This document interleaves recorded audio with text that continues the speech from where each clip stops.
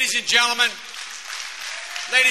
I count John McCain as a personal friend.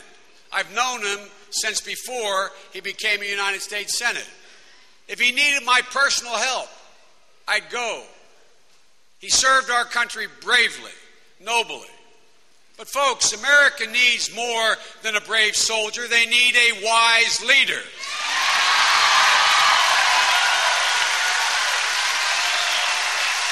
Take a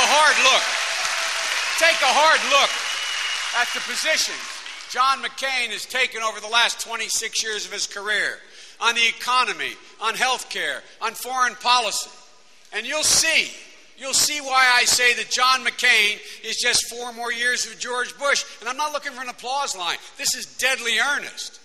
On the issues that you talk about at your kitchen table. Can we afford Mary's tuition? What are we going to do about Mom's MRI? How are we going to pay for it? Winter's coming. How are we going to heat the house? On those issues, the issues that we talk about every day, middle-class people, John is profoundly out of touch. John McCain has confessed, and I quote, I want to make sure I get it right. He said, "It's easy for me to be in Washington and, frankly, be somewhat divorced from the day-to-day challenges people have." Well, he's right. He's right. If all you do is walk the halls of power, all you'll hear is the wants of the powerful. Ladies and gentlemen, I believe that's why John McCain could say with a straight face as recently as this morning, and this is a quote, "The fundamentals of the economy are strong." That's what John said. He says that we've made great progress economically in the Bush years. Ladies and gentlemen,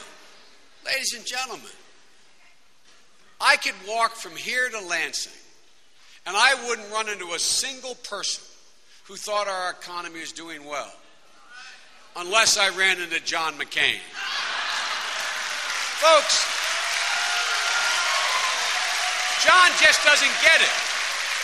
He just doesn't understand what average middle-class people are going through the last 8 years. He doesn't get it. I don't doubt that John cares. He just doesn't think. He doesn't think that we have any responsibility to help people who are hurting. Just look at John's budget. Who would he give the tax cuts to? And how would he spend the money? You know, my dad used to have an expression. He'd say, "Don't tell me what you value. Show me your budget, and I will tell you what you value." Well, folks, by that measure, John McCain doesn't stand with the middle class by that measure. He stands firmly with George Bush in the corner of the wealthy and the well-connected.